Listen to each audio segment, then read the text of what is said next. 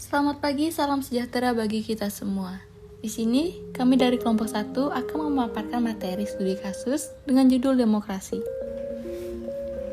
Adapun nama anggota kelompok 1 yaitu Lilis Rismayanti, Muhammad Gian, Raihan Dwi Marta, Niko Malisanis, Fadila Fitri Nur, Fajar Yais, dan Adelia Rizky.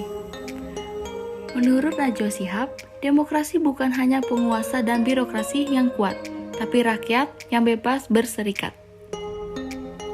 Adapun daftar isi yang akan kami sampaikan pada pemaparan hari ini yaitu yang pertama, studi kasus, kedua tinjauan teori, dan ketiga hasil analisis.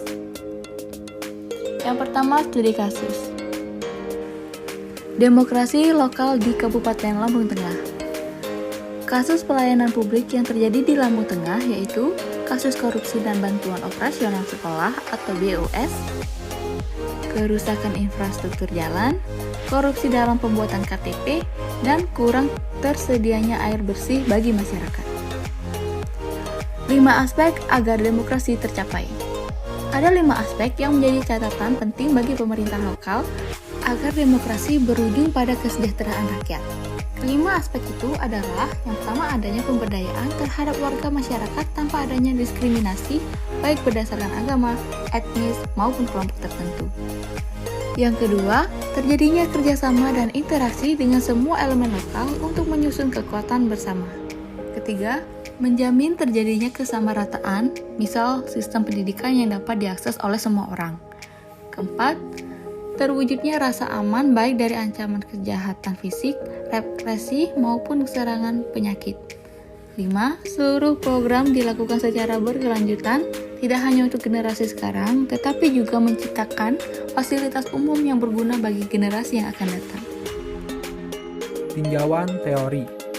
Pengertian demokrasi dapat dilihat dari tinjauan bahasa dan istilah. Secara epistemologis, demokrasi terdiri dari dua kata yang berasal dari bahasa Yunani, yaitu demos, yang berarti rakyat atau penduduk suatu tempat, dan sretein atau kratos, yang berarti kekuasaan atau kedaulatan. Jadi, secara bahasa, demos krastein atau demos kratos adalah keadaan di mana negara dalam sistem pemerintahannya berada di tangan rakyat, kekuasaan tertinggi berada dalam keputusan bersama rakyat, rakyat yang berkuasa, pemerintah rakyat, dan oleh rakyat. Selanjutnya, ada pengertian demokrasi menurut para ahli. Menurut Joseph Schemmer, demokrasi merupakan suatu perencanaan institusional untuk mencapai keputusan politik, di mana individu-individu memperoleh kekuasaan untuk memutuskan cara perjuangan kompetitif atas suara rakyat.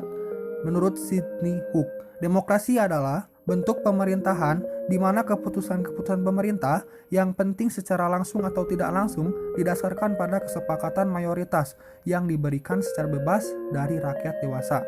Yang ketiga ada menurut Philip dan juga Terry Lynn Carroll. Demokrasi sebagai suatu sistem pemerintahan di mana pemerintah dimintai tanggung jawab atas tindakan-tindakan mereka di wilayah publik oleh warga negara yang bertindak secara tidak langsung melalui kompetisi dan bekerja sama dengan para ahli mereka yang terpilih.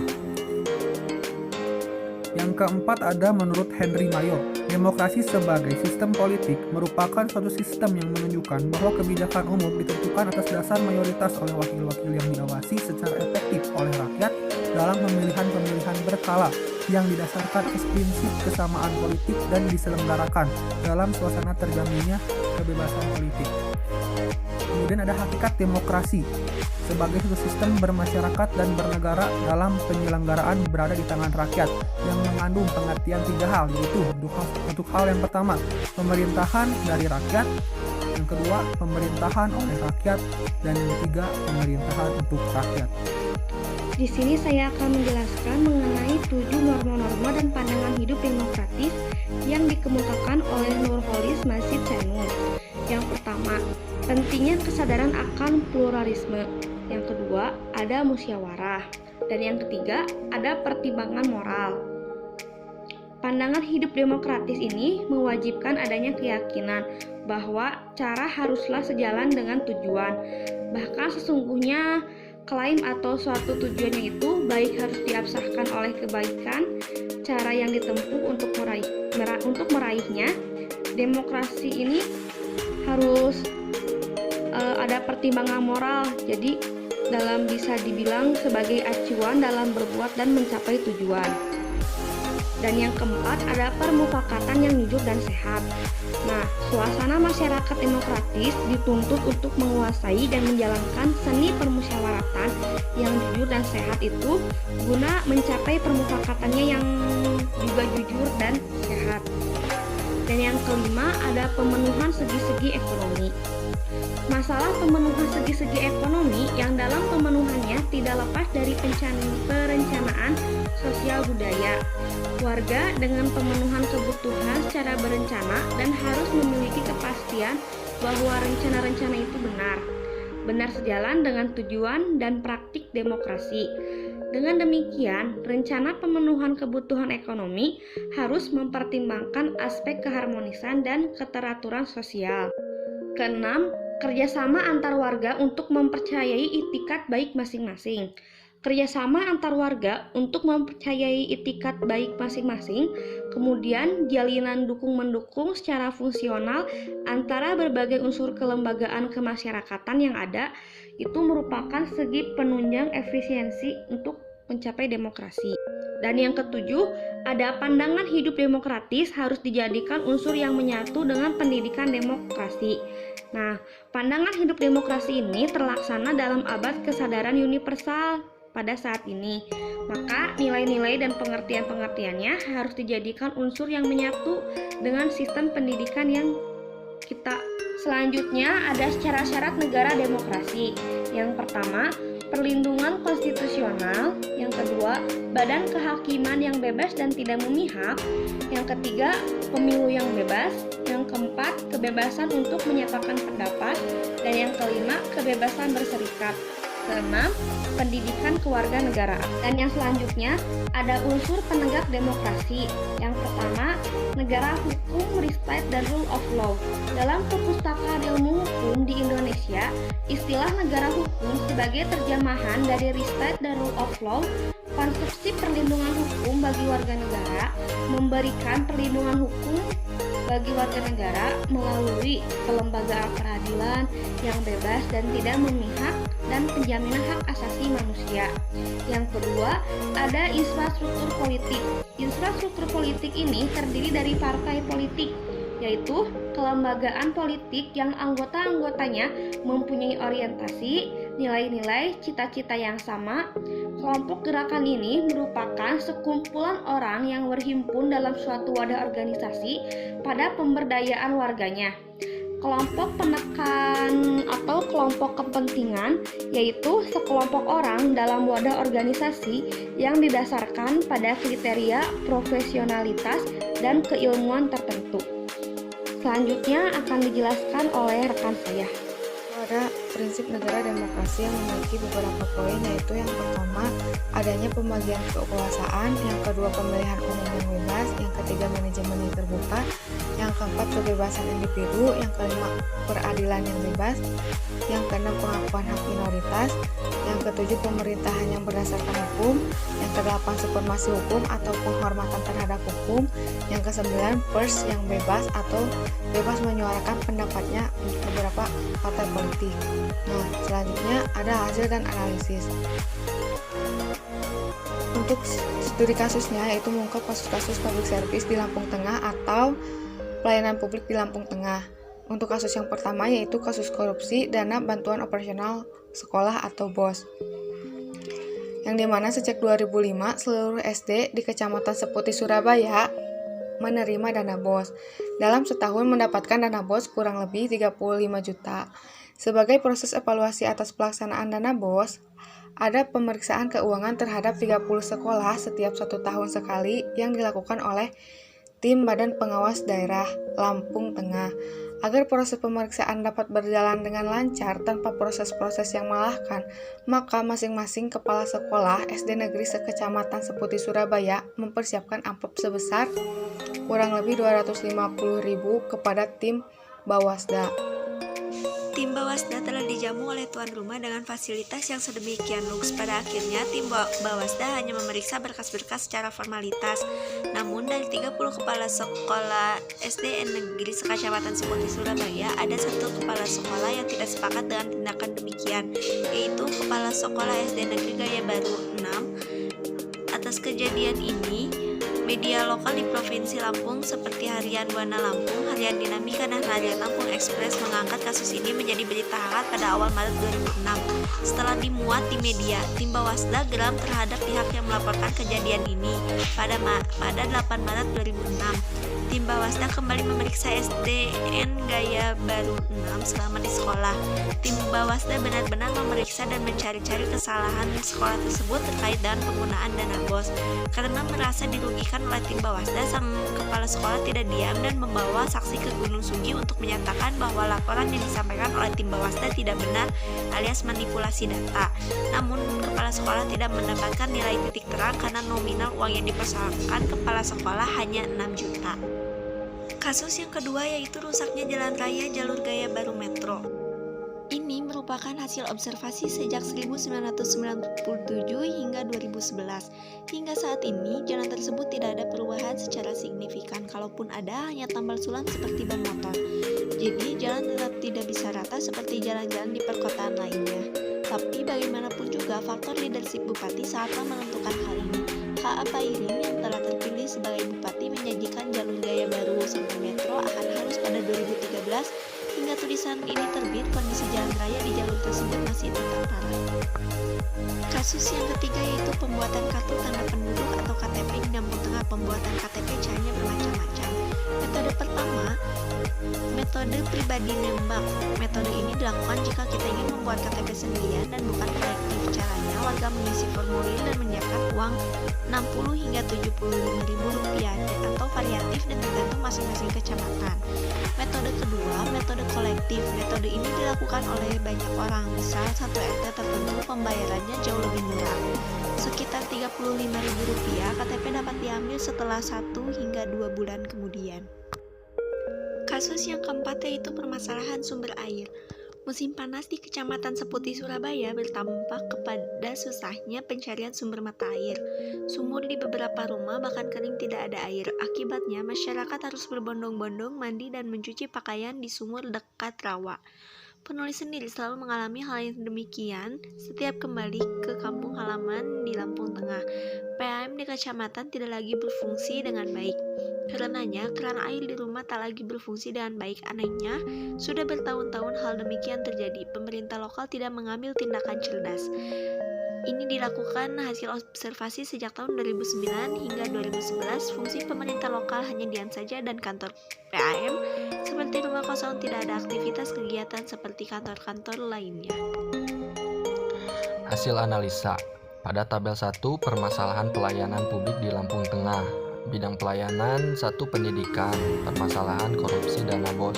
Kedua, infrastruktur jalan, permasalahannya jalan rusak tidak pernah diperbaiki. Ketiga, pembuatan KTP, permasalahannya yaitu mahalnya pengurusan KTP. Proses pembuatan KTP berbelit-belit dan memakan waktu yang cukup lama. Keempat, penyediaan air bersih, permasalahannya yaitu krisis air bersih, PAM sering macet dan tidak berfungsi dengan baik. Masyarakat menggunakan air sumur dekat rawa secara massal. Persoalan di samping telah berjalan puluhan tahun, namun kenyataannya rakyat tak pernah merasakan langsung adanya perubahan secara signifikan. Mereka hidup seolah tanpa kehadiran negara. Inilah potret nyata tentang praktik demokrasi lokal yang tidak memberikan pelayanan publik bagi warganya. Demokrasi hanya berjalan secara prosedural, administratif. Demokrasi hanya tak tebal di bibir tapi tipis dalam pelaksanaannya. Demokrasi hanya hadir di panggung-panggung kampanye politik, tapi sepi di kantor-kantor pemerintahan dari Pemda hingga kantor kelurahan ataupun desa. Demokrasi hanya asik dibicarakan di televisi dan koran-koran, tetapi terlampau sulit untuk dilaksanakan oleh para aparatur pemerintahan. Di sini ada Wikstreet sebagai label untuk Lampung Tengah. Berpijak pada fungsi pemerintahan lokal sebagai pelayanan publik, maka kasus-kasus yang telah dipaparkan di atas menunjukkan ketidakberdayaan negara lokal dalam hal ini adalah Pemda dalam mengelola dan menyediakan barang-barang politik pada masyarakat. Pemda Lampung Tengah tidak dapat mewujudkan fungsi-fungsi good governance. UNDP memberikan beberapa karakteristik good governance, yaitu partisipasi, transparansi, akuntabel, efektif, dan efisien, rule of the law, responsif, konsensus oriented, serta keadilan dan inklusivitas. World Bank dan Departemen Keuangan Amerika Serikat yang kemudian menghasilkan 10 butir berikut ini. Kesatu, disiplin fiskal. Kedua, konsentrasi belanja publik pada public good termasuk sektor pendidikan, kesehatan, dan infrastruktur.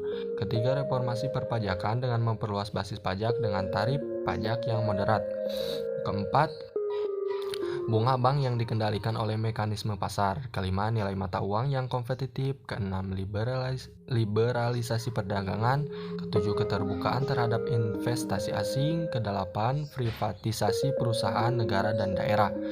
Kesembilan, deregulasi atau penghapusan regulasi yang menghambat pasar asing atau membatasi kompetisi, kecuali yang bisa dibenarkan untuk kepentingan keamanan, lingkungan, perlindungan konsumen, dan keperluan pengawasan finansial. Kesepuluh, jaminan hukum untuk kepemilikan. Dengan karakteristik seperti di atas, good governance terbukti telah mendobrak keangkuhan negara yang selama ini mengkooptasi masyarakat. Personifikasi kekuasaan negara pada sekelompok kecil elit, kebuntuan akses masyarakat terhadap kebijakan publik, dan lemahnya penegakan HAM telah bisa didobrak oleh gelombang good governance, konsep mixed state.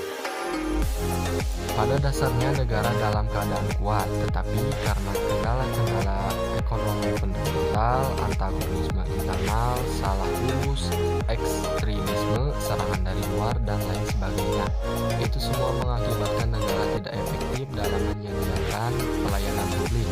Namun seringkali kita salah kaprah dalam memahami negara yang masuk dalam kategori strong state dan weak state. Sebagai contoh, negara Irak di bawah rezim Saddam Hussein, negara ini terlihat sangat kuat dari berbagai aspek, seperti keamanan dan pelayanan. Namun sistem pemerintahan sangat otoriter, anti oposisi, dan anti demokrasi. Negara seperti ini sangat potensial mengalami kegagalan dan sering disebut sebagai special weak state. Karena itu, kita harus dapat memperhatikan secara cermat mana negara yang strong dan mana yang weak. Karakter special weak state seperti ini bisa saja terjadi di Indonesia di bawah rezim otoriter Orde Baru, atau di beberapa negara lain seperti Libya di bawah rezim kepemimpinan Muammar Gaddafi, dan Mesir di bawah rezim kepemimpinan Husni Mubarak. Bisa dilihat dampak dari tabel dampak website di Lampung Tengah. Yang pertama, ketidakmampuan elit lokal dalam mengelola birokrasi berdampak pada penyediaan air bersih yang tidak optimal dengan macet dan tidak bersih karena ketidakmampuan elit dalam mengelola sumber daya sehingga terjadi krisis air bersih. Kemudian, rusak yang tidak respon cepat dari LSMK. Yang kedua, kurangnya mekanisme kontrol pejabat dalam menjalankan tugasnya, perilaku pejabat yang koruptif seperti dana bos dan pengurusan KTP.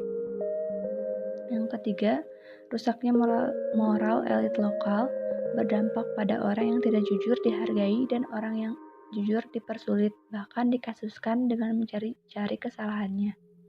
Yang keempat, ketidaktersediaan public goods secara efektif berdampak pada rusaknya jalan raya, kurangnya fasilitas air bersih, kurangnya keamanan hidup, serta jaminan kesehatan di lingkungan sekitar rumah warga.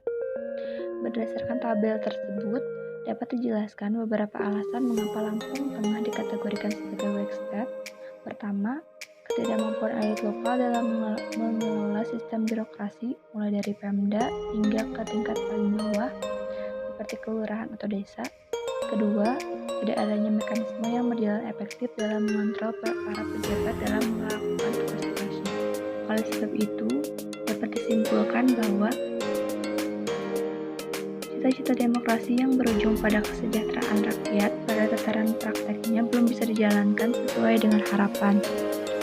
Hambatan-hambatan pun muncul justru dari aktornya, baik dari elit lokal, baik bupati beserta jajarannya dan DPRD, hingga pejabat tingkat paling bawah, yaitu lurah dan kades.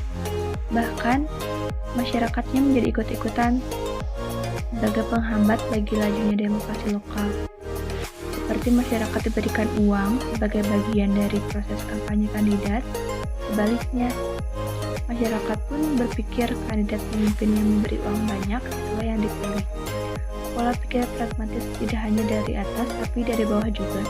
Disinilah peran leadership elit lokal menjadi faktor penting pada kenyataannya.